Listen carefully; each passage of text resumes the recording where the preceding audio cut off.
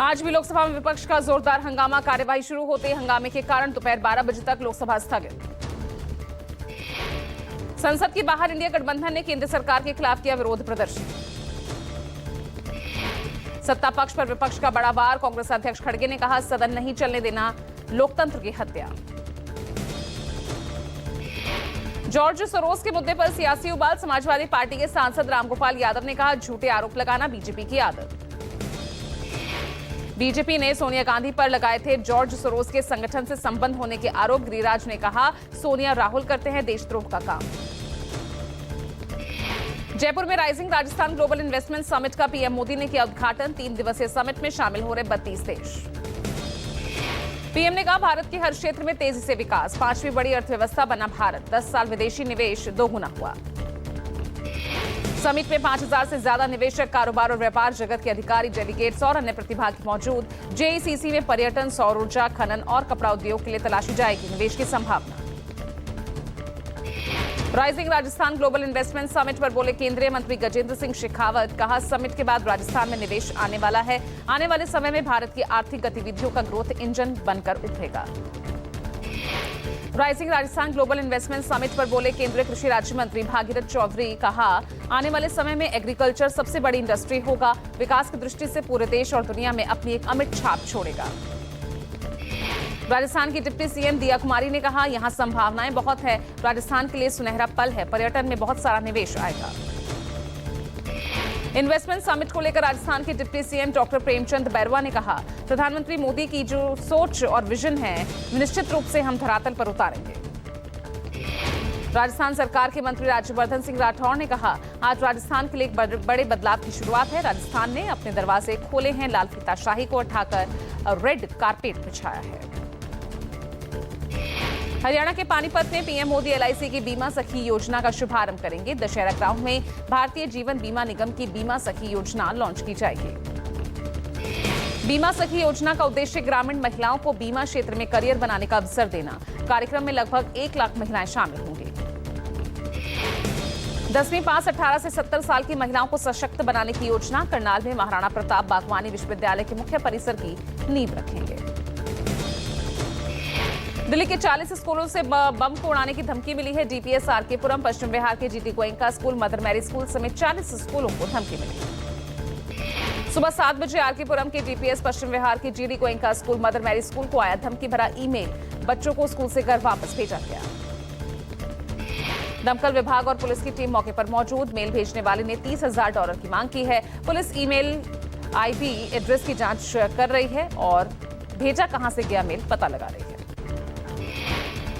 राजधानी दिल्ली के कुल 40 स्कूलों को अलग अलग ईमेल भेजने के द्वारा धमकी दी गई है, जिसमें ये कहा गया है कि इन 40 स्कूलों में बम रखे गए हैं। वो भी इस ऐसी जगह पर रखे गए हैं छोटे बम, जिससे कि जो बच्चे होंगे उनको एक बड़ा खतरा हो सकता है। स्कूलों को बम से उड़ाने की धमकी वाले मेल के बाद अरविंद केजरीवाल ने ट्वीट कर साधा केंद्र सरकार पर निशाना। कहा, दिल्ली में कानून व्यवस्था की इतनी बुरी हालत कभी नहीं देखी। केजरीवाल ने शाह को घेरते हुए कहा, दिल्ली की कानून व्यवस्था की ऐसी स्थिति को लेकर गृह मंत्री शाह को दिल्ली वालों को जवाब देना चाहिए। स्कूलों को मिली बम की धमकी पर मुख्यमंत्री आतिशी ने केंद्र को घेरा। कहा, दिल्ली में रोजमर्रा होने वाली फिरौती, हत्याओं, गोलीबारी की घटनाओं के बाद अब स्कूलों को बम से उड़ाने की धमकियां मिल रही हैं। आतिशी ने ट्वीट कर कहा, दिल्ली में लॉ एंड ऑर्डर की ऐसी बदहाल हालत पहले कभी नहीं रही। बीजेपी शासित केंद्र सरकार दिल्ली वालों को सुरक्षा देने के अपने इकलौते काम में फेल हो चुकी है। 40 स्कूलों को बम से उड़ाने की धमकी पर बोले मनीष सिसोदिया। कहा, दिल्ली में डर का माहौल बना हुआ है। ये देखकर दिल दहल जाता है कि हमारे बच्चे सुरक्षित नहीं। मनीष सिसोदिया ने कहा, दिल्ली में कानून व्यवस्था की स्थिति चरमरा गई है। अगर राजधानी सुरक्षित नहीं तो केंद्र सरकार क्या कर रही है। पूरी दिल्ली में दहशत का माहौल बना रखा है भारतीय जनता पार्टी ने। Total law and order failure है अमित शाह जी का। देश का गृह मंत्रालय कर क्या रहा है? पूरी की पूरी इंटेलिजेंस, सारी की सारी केंद्र सरकार कर क्या रही है? अगर देश की राजधानी में लोग इतने दहशत में जीने को मजबूर हैं तो हो क्या रहा है देश में? सरकारें कहाँ हैं? दिल्ली विधानसभा चुनाव को लेकर आम आदमी पार्टी की पीएसी की बैठक। आतिशी समेत कई बड़े नेता शामिल। सोनिया गांधी का जन्मदिन आज सामाजिक सद्भावना दिवस के रूप में मना रही कांग्रेस। एकता को बढ़ावा देने के लिए कई जगहों पर समारोह आयोजित। पीएम मोदी ने सोनिया गांधी को जन्मदिन पर दी शुभकामनाएं, लंबी उम्र और अच्छे स्वास्थ्य के लिए प्रार्थना की। सुप्रीम कोर्ट में किसान आंदोलन को लेकर आज अहम सुनवाई। आंदोलन की वजह से पंजाब में बंद राष्ट्रीय राजमार्ग को खुलवाने को लेकर दायर याचिका पर सुनवाई। जनहित याचिका में शंभू बॉर्डर समेत हाईवे को खोलने के लिए केंद्र, पंजाब और हरियाणा सरकार को निर्देश देने की मांग की गई। याचिका में कहा गया किसान यूनियंस ने अवैध रूप से अतिक्रमण किया है। याचिका के मुताबिक नेशनल हाईवे बंद होने से लोगों को खासा परेशानी का सामना करना पड़ रहा। शंभू बॉर्डर पर किसान नेता सरवन सिंह पंढेर का बयान। कहा विरोध प्रदर्शन के 300वें दिन भी सरकार अपनी जिद पर अड़ी है। कहा बैठक के बाद जल्द अगली रणनीति का भी ऐलान होगा। सरवन सिंह पंढेर ने कहा भगवंत मान सरकार का चेहरा बेनकाब हो गया है। पहले हम केवल केंद्र सरकार के खिलाफ थे, लेकिन अब हमें राज्य सरकार से भी निपटना होगा। शंभू बॉर्डर पर प्रदर्शन कर रहे किसानों को मिला कांग्रेस सहित विपक्षी दलों का साथ। राहुल गांधी ने किसानों पर वाटर कैनन और आंसू गैस के गोले छोड़े जाने का विरोध किया। किसानों ने रविवार को दिल्ली कूच का कार्यक्रम स्थगित किया। शंभू बॉर्डर पर पुलिस ने आंसू गैस के गोले दागे। सीमा पर 3 लेयर बैरिकेडिंग की सुरक्षा। इल्तिजा के बयान पर बीजेपी नेता अग्निमित्रा पॉल का पलटवार। कहा इल्तिजा और उनकी मां महबूबा मुफ्ती हमेशा देश के खिलाफ बयानबाजी करती हैं। नेशनल कॉन्फ्रेंस अध्यक्ष फारूक अब्दुल्ला ने बांग्लादेश और पीओके में हिंदुओं पर हो रहे हमले की निंदा की। हालांकि लगे हाथ जम्मू कश्मीर के पूर्व सीएम ने यूपी में मुस्लिमों के खिलाफ कथित अत्याचार का भी जिक्र किया। असदुद्दीन ओवैसी की पार्टी एआईएमआईएम आगामी दिल्ली विधानसभा चुनाव की तैयारी में जुटी। दिल्ली दंगे के जेल में बंद आरोपी ताहिर हुसैन या उनकी पत्नी को मुस्तफाबाद सीट से चुनाव लड़ाने की योजना। पश्चिम बंगाल में पार्टी सदस्यता अभियान में बीजेपी आलाकमान नाखुश। प्रदेश पार्टी नेताओं के साथ केंद्र नेतृत्व की आज बैठक। झारखंड विधानसभा का आज से 4 दिवसीय सत्र। छठे विधानसभा के पहले सत्र में पेश होगा अनुपूरक बजट। बीजेपी नेता गिरिराज सिंह का राहुल गांधी पर हमला। कहा राहुल में नेतृत्व की क्षमता हो या ना हो, लेकिन देश विरोध की क्षमता राहुल में कूट कूट कर भरी है। किरण रिजिजू ने सही कहा, नेतृत्व की क्षमता हो या ना हो, देश विरोध की क्षमता जरूर है राहुल गांधी। बांग्लादेश में हिंदुओं पर हो रहे अत्याचार के बीच विदेश सचिव विक्रम मिस्री का आज ढाका दौरा। 1 दिवसीय दौरे पर अपने समकक्ष करेंगे बात। महाराष्ट्र डिप्टी सीएम एकनाथ शिंदे ने ईवीएम के मुद्दे पर शरद पवार को घेरा। कहा विपक्ष जनादेश को स्वीकार करे। पूछा सवाल, झारखंड और वायनाड में ईवीएम ने ठीक काम किया और महाराष्ट्र में कैसे घपला हो गया। केंद्रीय मंत्री पीयूष गोयल ने ईवीएम मुद्दे पर महाविकास अघाड़ी नेताओं के बयानों को बताया बकवास। कहा ईवीएम पर भरोसा नहीं तो कांग्रेस, एनसीपी और यूबीटी के सांसद विधायक दे दे इस्तीफा। हरियाणा के कुरुक्षेत्र में अंतर्राष्ट्रीय गीता महोत्सव के उपराष्ट्रपति जगदीप धनखड़ ने कहा विकसित भारत अब सपना नहीं हमारा लक्ष्य है। विकसित भारत अब सपना नहीं है, विकसित भारत हमारे सामने का लक्ष्य है। इस लक्ष्य को प्राप्ति में हमें गीता का वो ज्ञान ध्यान में रखना पड़ेगा। जगदीप धनखड़ ने कहा लक्ष्य की प्राप्ति के लिए हमें गीता से अर्जुन की एकाग्रता और दृढ़ता को अपनाना होगा। अर्जुन की नजर मछली पर नहीं बल्कि अपने लक्ष्य पर थी। रूस की आधिकारिक यात्रा पर मॉस्को पहुंचे रक्षा मंत्री राजनाथ सिंह भारतीय नौसेना के नए स्टेल्थ वॉरशिप आईएनएस तुशील के कमिश्निंग समारोह में होंगे शामिल। राष्ट्रपति पुतिन से मिलेंगे रक्षा मंत्री राजनाथ सिंह। भारत रूस के बीच 21वीं अंतर सरकारी सैन्य और तकनीकी सहयोग बैठक में भी हिस्सा लेंगे। रविवार देर रात मॉस्को पहुंचे राजनाथ। भारतीय राजदूत विनय कुमार और रूसी उप रक्षा मंत्री अलेक्जेंडर फोमेन ने एयरपोर्ट पर स्वागत किया। मॉस्को में tomb of the unknown soldier पर जाकर द्वितीय विश्व युद्ध के शहीदों को राजनाथ ने दी श्रद्धांजलि। पुडुचेरी के पूर्व मुख्यमंत्री एमटीआर रामचंद्रन का 90 साल की उम्र में निधन। खराब स्वास्थ्य के चलते कल हुआ निधन। पुडुचेरी के सीएम एन रंगासामी ने कहा पुडुचेरी सरकार 3 दिन का शोक मनाएगी। पूर्व सीएम का अंतिम संस्कार पूरे राज्य के सम्मान के साथ किया जाएगा।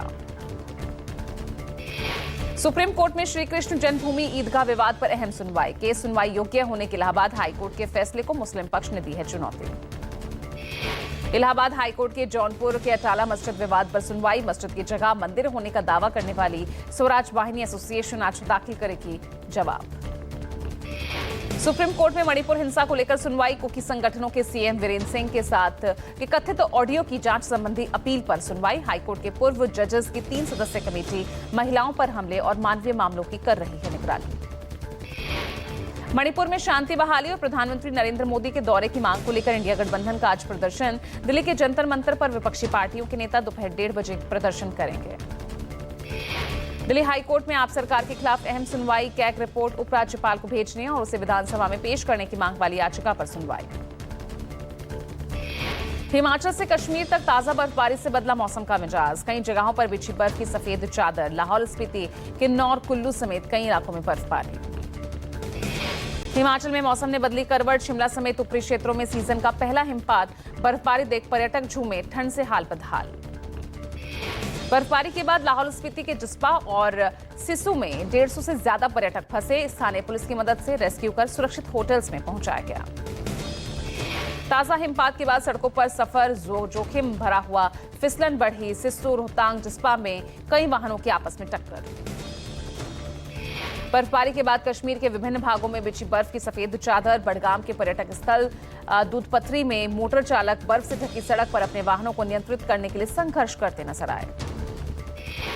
घगारिया में मौसम की पहली बर्फबारी। 5 इंच बर्फ गिरी। हेमकुंड साहिब में करीब 1 से 1.5 फीट बर्फ गिरी। पहाड़ों पर बर्फबारी से मैदानी इलाकों में ठिठुरन बढ़ी। दिल्ली और उसके आसपास के इलाकों में बीती रात हुई बारिश। सर्दी का सितमकाल हुआ शुरू। उत्तर प्रदेश के संभल में रात के अंधेरे में अतिक्रमण पर बुलडोजर। नगरपालिका पुलिस की संयुक्त टीम ने की कार्रवाई। चंदौसी के फवारा चौक स्थित नगरपालिका कार्यालय के बाहर बनी दुकानों को बुलडोजर से तोड़ा गया। शुरुआती विरोध के बाद दुकान मालिक और प्रशासन की आपसी सहमति से कार्रवाई हुई। पूर्वोत्तर राज्य मणिपुर में भारी तादाद में गोला बारूद और हथियार बरामद। भारतीय सेना, असम राइफल्स और सुरक्षा बलों के संयुक्त अभियान में कामयाबी मिली। सुरक्षा बलों ने अशांत इलाका चूड़ाचांदपुर जिले की पहाड़ी और घाटी इलाकों में अभियान चलाया था। चूड़ाचांदपुर के अलावा मणिपुर के कांगपोकपी और थौबल में भी कार्रवाई हुई।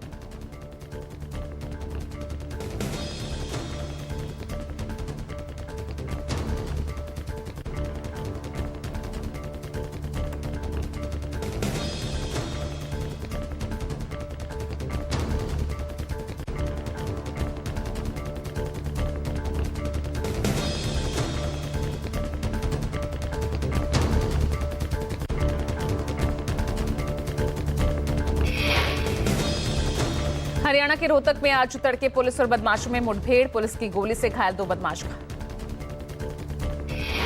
बदमाशों को पीजीआई रोहतक में भर्ती कराया गया। गोहाना रोड पर कृष्णा डेयरी के पास हुई मुठभेड़। कुछ दिन पहले एक बारात में हुई हत्या से तार जुड़ने की आशंका। जांच पड़ताल पूछताछ में जुटी पुलिस। उत्तर प्रदेश के बाराबंकी में गौ तस्करों और पुलिस में मुठभेड़। पुलिस की गोली से 2 गौ तस्कर घायल। सतरी क्षेत्र के कमरपुर गौरिया घाट रोड पर गिरफ्तार करने गई पुलिस पर गौ तस्करों ने फायरिंग की थी। गौ तस्करों से 2 तमंचे, कारतूस जब्त किए गए। गोकशी में इस्तेमाल होने वाले हथियार, एक इको वैन और मोटरसाइकिल भी बरामद। यूपी के झांसी रेलवे स्टेशन पर बड़ा हादसा। ट्रेन में लगे इंजन के ऊपर शख्स ने लगाई छलांग।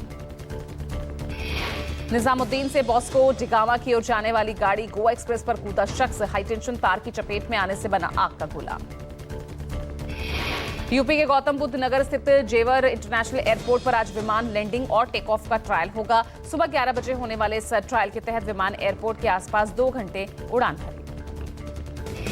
श्रीनगर बारामूला राष्ट्रीय राजमार्ग पर एक संदिग्ध बैग मिलने के बाद हड़कंप मचा। सुरक्षा बल मौके पर पहुंचा।